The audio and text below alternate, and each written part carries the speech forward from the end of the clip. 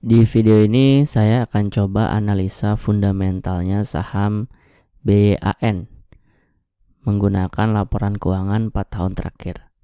Di video ini saya juga akan mencoba menghitung kisaran harga wajarnya saham BYAN menggunakan proyeksi dividen tahun 2023.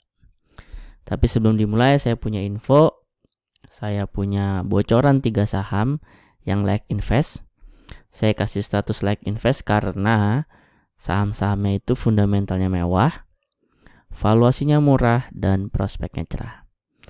Bocoran 3 saham yang like invest ini bisa Anda akses lewat link yang saya taruh di deskripsi. Oke, kita mulai videonya. Video ini direkam 21 Maret.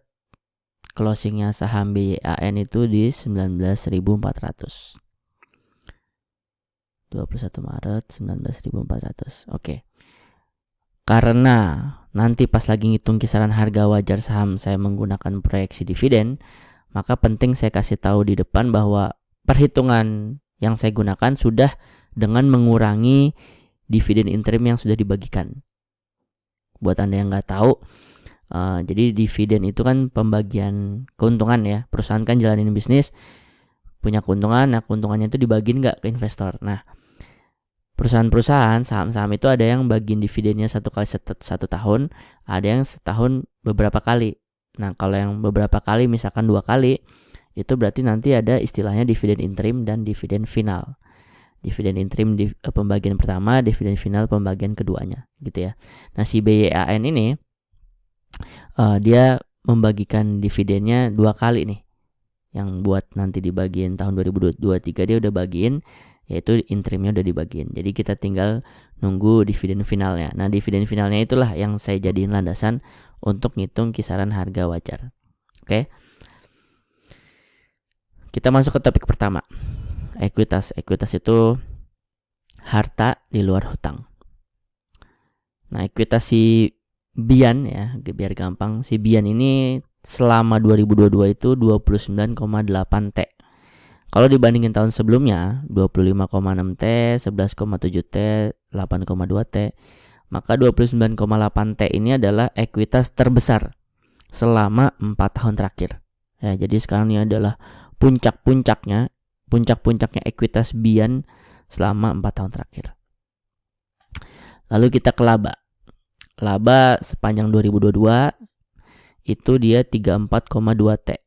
Kalau dibandingin tahun sebelumnya 17,3 T, 4,6 T, 3,1 T, maka 34,2 T ini adalah laba terbesar selama 4 tahun terakhir. Ya. Kalaulah laba terus meningkat dan bahkan terbesar selama 4 tahun terakhir, ekuitasnya juga gitu, terus membesar dan bahkan terbesar selama 4 tahun terakhir, maka fundamentalnya si BIAN ini bisa kita katakan mewah. Per video ini dibuat, per detik video ini dibuat, fundamentalnya si BIAN ini mewah karena labanya terus meningkat dan ekuitasnya terus membesar. Jadi soal analisa fundamental saham BIAN selesai sampai sini. Kesimpulannya mewah, kesimpulannya fundamentalnya bagus, gitu ya. Oke. Tentang kriteria pertama ya, tentang bahas fundamental udah. Sekarang kita masuk ke kriteria kedua, pembahasan kriteria kedua, yaitu valuasi. Nah, sebelum saya masuk ke valuasi, saya minta tolong ke Anda untuk like video ini dan tulis BYAN di komen. Jika Anda melakukan itu, jika banyak yang melakukan itu, di saya pribadi saya merasa bahagia. Dari sudut pandang channel saya, algoritma YouTube akan lebih memberikan ruang kepada channel saya untuk video-video saya jadi rekomendasi untuk ditonton. Jadi ya, saya mohon bantuannya dari hati saya yang terdalam, dan saya terima kasih banget buat Anda yang mau ngelakuin 2 hal tadi, yang like videonya dan tulis BYAN di komen. Oke. Kita masuk ke topik dividen. Tadi udah saya sempat singgung, dividen adalah bagi-bagi keuntungan dari mana? Dari jalanin bisnis, gitu kan. Perusahaan jalanin bisnis punya keuntungan. Nah, keuntungan itu dibagi-bagi nggak ke investor? Atau enggak? Atau di-keep semua buat perusahaan tersebut, gitu. Nah, dividen adalah topik pembahasan tentang itu. Contoh, di 2019, si BIAN ini punya keuntungan 932. investornya dibagi 295. Nah 295 itu 32% dari 932. 32% ya, yang persen-persen ini disebutnya DPR. Jadi kalau ngomongin dividen, simpelnya adalah ngomongin DPR. Oke. Di 2019 DPR dia 32%. Di 2020 DPR dia 92%. Wah, ini sadis banget ya, nyaris 100%. Di 2021 DPR dia 84%. Ya. Nah, berapa nih DPR untuk tahun 2022? Karena keuntungan 2022 dibaginya tahun depannya dong, yaitu di 2023, yaitu sekarang gitu. Jadi kita sekarang nebak berapa DPR untuk keuntungan tahun 2022. 2022 itu dia udah megang 1028 ya. Oke. Sebelum kita nebak DPR-nya berapa ya, karena ini DPR-nya ini 3 tahun terakhir aja beda-beda nih ya. Kalau 92 sama 84 terus di sini 84, kita mungkin masih kayak nggak apa-apa gitu ya, paling sekitar 80% gitu kan. Kita bisa berasumsi gitu. Tapi ini 92, 84 terus di sini 32%. Nah, ini yang agak mengkhawatirkan. Jadi untuk lebih menepis kekhawatiran kita lihat dulu nih sejarah dia si Bian ini kalau bagi-bagi dividen gimana gitu ya. Nah, ini sejarahnya si Bian ya. Bian dividen. 2011 dia bagiin, 2012 bagiin, 13 sampai 17 dia bolong. Ya, bolong berapa tahun? 19 bagiin, 20 bagiin, 21 bagiin, 22 bagiin, 23 bagiin. Jadi, sepanjang sejarah si Bian nih, kalau dari 2011 sampai 2023, dia pernah nih bolong. Dan sekalinya bolong bisa sampai berapa tahun tuh? 5 tahunan ya. 2012 ke 2017, 2013, 14, 15, 16, 17. Iya, 5 tahunan. 5 tahunan dia bisa bolong. Nah, pertanyaannya bisa nggak nih di 2023 dia bolong lagi? Kalau ngomongin bisa mah bisa aja, karena kan nggak ada yang nggak bisa, nggak ada yang nggak mungkin gitu ya. Tapi kalau dilihat dari peluangnya, kemungkinan dia akan bagiin. Ya, kemungkinan dia nggak bolong. Jadi kemungkinan dia bagiin ya, nggak sampai bolong. Nah, tinggal besarannya tuh berapa. Karena kalau melihat dari 2019 dia 932 aja dia bagiin ya, punya keuntungan 932 aja dia bagiin. Apalagi dia punya 1000 yang di atas 900. Kemungkinan besar dia akan bagiin. Sekarang kita tinggal ngomongin berapa besar DPR-nya gitu ya. Di sini ada 3 skema ya. Skema paling pesimis banget itu 0%. Kenapa bisa 0%? Karena sepanjang sejarah pernah juga Bian itu nggak bagiin dividen ya. Tadi yang udah dibahas. Dan sekali nggak bagiin bisa 5 tahun gitu. Jadi kalau ngomongin mungkin-mungkinan 0% mungkin. Tapi di sini skema pesimisnya saya pakai 32%. Karena ini adalah DPR terkecil selama 3 tahun terakhir. Lalu skema percaya diri saya masukin 70%. 70% dari mana? Dari rata-rata 3 tahun terakhir. Ya, 69 ya saya buletin 70%. Lalu skema optimis ya, itu 84%. Atau bisa jadi dia 92% atau bisa jadi 100% ya. Intinya ini yang optimis lah. Nah, saya akan pakai skema percaya diri aja gitu, karena ya memang harga batubara turun, tapi kan nggak juga turun sampai ke harga paling parah yang beberapa tahun yang lalu gitu. Jadi turun tapi nggak nyampe nyentuh harga terendah yang kayak beberapa tahun yang lalu gitu. Jadi kayaknya kalau sampai memperkirakan yang parah-parah kayaknya boleh, tapi nggak terlalu bijak gitu. Beda ya, boleh-boleh aja tapi nggak terlalu bijak. Saya akan pakai 70% DPR-nya. Begitu saya pencet 20%, begitu saya enter nanti keluar nih kisaran murah, wajar, dan mahalnya. Oke, keluar. Murahnya Bian ada di 2.500 atau di harga Bian yang sekarang dan sudah bagian dividen interim itu udah kelewat 87%. Wajarnya ada di 3.700 dan udah kelewat 81% dari harga sekarang.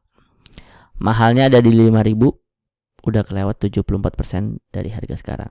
Jadi kalau Anda adalah teman saya, terus ketemu sama saya, terus nanya, gimana sih Bian? Misalnya Anda gitu ya nanya ke saya akan jawab, fundamentalnya Bian mewah, ya bagus, laba meningkat, ekuitas meningkat.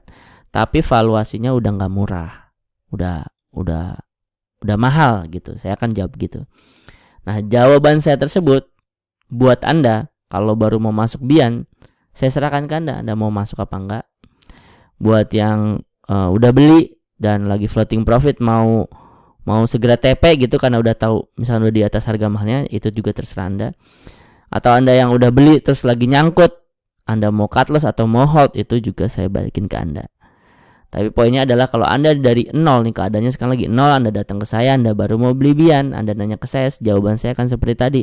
Fundamentalnya bagus karena labanya meningkat dan ekuitasnya membesar, tapi valuasinya udah mahal. Bahkan udah 74%, kelewat 74% dari harga mahalnya. Gitu ya. Jadi pembahasan kriteria valuasi udah selesai sampai sini. Nah, sampai sini saya mau ngingetin lagi, barangkali Anda cukup pengen dapat intinya ini aja, terus Anda pengen langsung cabut dari video ini. Saya ingetin lagi untuk ambil bocoran 3 saham yang like invest. Saham-sahamnya itu fundamentalnya mewah, kayak Bian gini, labanya meningkat, ekuitasnya membesar, tapi valuasinya masih murah. Kalau Bian ini kan udah mahal nih berdasarkan perhitungan ini ya. Silakan Anda ambil bocoran 3 saham like investnya dengan klik link yang saya taruh di deskripsi. Tapi buat Anda yang masih mau nyimak, saya tambahin lagi penjelasannya. Nah, saya punya perhitungan untuk kalau misalkan Anda udah keburu beli gitu, terus mungkin lagi floating loss, atau udah beli terus lagi floating profit dan mau ngehold gitu. Nah, saya ada perhitungan untuk sampai tahun 2024, dimana di 2024 dia akan bagiin dividen untuk tahun 2023 gitu ya. Oke. Ekuitas tahun depan gimana? Tahun 2023 kita bikin simulasi. Ya, saya paham sebagian besar ngomongin batu bara sekarang di detik ini adalah tentang ngomongin ya harga batu bara udah turun gitu, dan memang turun beneran ya. Jadi anggap aja ekuitas tahun depan katakanlah stuck. Katakanlah stuck, nggak naik, nggak apa gitu. Katakanlah stuck ya. Jadi katakanlah cuma naik 1% tahun depan. Ya, jadi hitung-hitungannya tuh udah hitung-hitungan yang diparah-parahin gitu ya.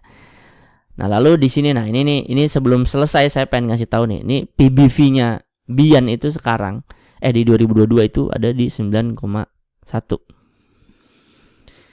Anda bayangin Anda punya uang 1.000 tapi berhasil dijual sampai harganya 9.000 gitu. Ada duit tuh, duit biru Patimura ya. Kita tahu value-nya itu ada 1.000, tapi dia berhasil dijual di harga 9.000 gitu. Di 2022 nih si Bian. Ya gimana ya, itu ya udah mahal sih sebenarnya gitu ya. Tapi oke lah, kita lanjut videonya. Di sini kita cari PBV terendah selama 4 tahun terakhir, ini 9,1 tertinggi, sempat 6,8, sempat 3,9. Nah, terendah nih di 2021, 2,49. Katakanlah 2,49 kita pakai sebagai kisaran kalau misalnya harga turun gitu ya. Lalu laba tahun depan katakanlah, nah ya kan, lagi-lagi kalau misalnya saya tulis lebih naik pasti agak nggak masuk akal karena ya harga batu bara kan turun gitu ya. Meskipun harga batu bara turun, tapi kan namanya antar perusahaan kan nggak kayak kita beli cabai gitu. Misalnya sekarang harga cabai 1.000, terus kita belanja hari itu beli cabai 1.000 gitu. Besok harganya 1.200, kita besok beli cabai 1.200. Kan kalau saham perusahaan antar perusahaan kan nggak tiap hari belanjanya. Jadi dia pasti pakai perjanjian.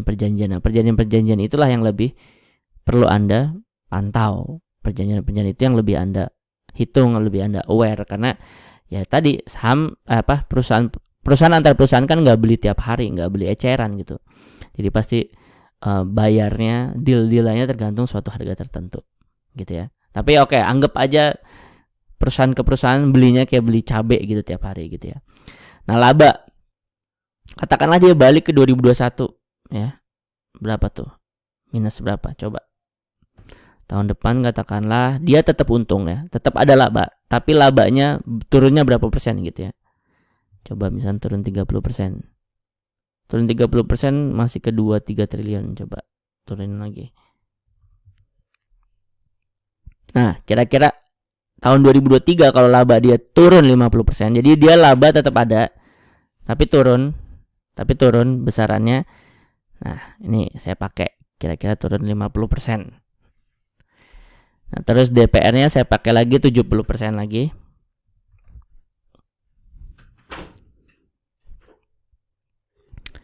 Nah, kalau dengan itu udah kelihatan ya, mau di sini nih, fokus ke sini ya. Ya, selama 2 tahun Anda nge-hold, kalau Anda mau hold sampai 2024 sekalipun, dari dividen Anda cuma dapat 3%.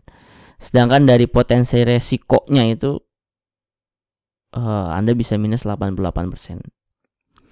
Namanya resiko ada 3 kemungkinan. Kemungkinan pertama nggak akan pernah turun sampai segini. Kemungkinan kedua beneran turun sampai segini. Kemungkinan ketiga turun lebih parah daripada ini. Nah, ini termasuk besar sejujurnya. Kalau saya ngitung valuasi saham batubara, ini termasuk yang potensi resikonya besar banget ya. Karena pada dasarnya dia udah PBV-nya udah naik jauh banget gitu nih. Di 2022 aja udah sempat 9,1 gitu. Jadi udah kemahalan gitu, udah kemahalan banget. Jadi namanya barang semahal-mahalnya ya. Namanya barang sebagus-bagusnya, kalau udah mahal kan dia bisa turun gitu ya. Beda ceritanya sama barang sebagus-bagusnya terus tiba-tiba dia turun. Kita tinggal mikir ya kapan dia naik gitu. Tapi kalau barang bagus, sebagus-bagusnya, tapi kalau udah mahal ya lama-lama turun juga gitu ya. Dan tidak menutup kemungkinan di Bian ini terjadi seperti itu. Nah, kalau misalnya Anda ngomong ya itu mah pesimis, misalnya Anda ngomong gitu ya. Ini analisa saya seperti itu. Analisa yang saya gunain untuk seluruh saham-saham yang bagian dividen, saya valuasinya kayak gini. Yang bikin saya tenang, yang bikin saya profit ya seperti ini. Kalau Anda nanya ke saya, bahkan Anda bisa cek video saya sebelumnya tentang saham batubara juga.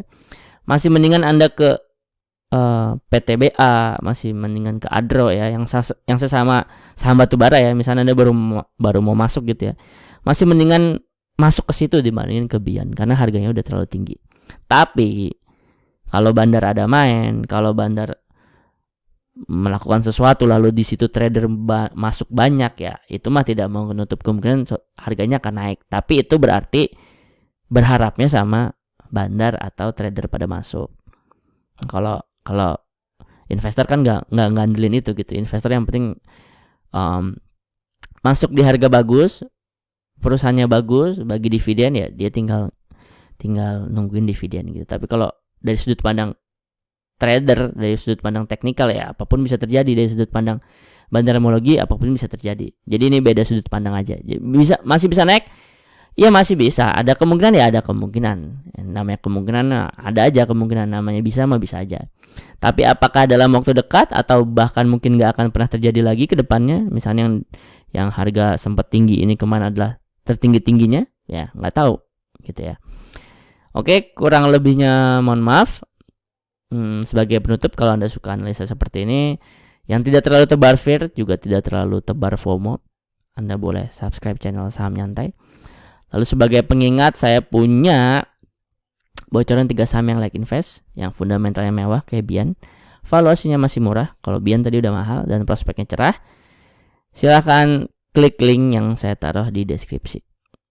Oke, petunjuknya di sana. Kurang lebihnya mohon maaf. Assalamualaikum warahmatullahi wabarakatuh.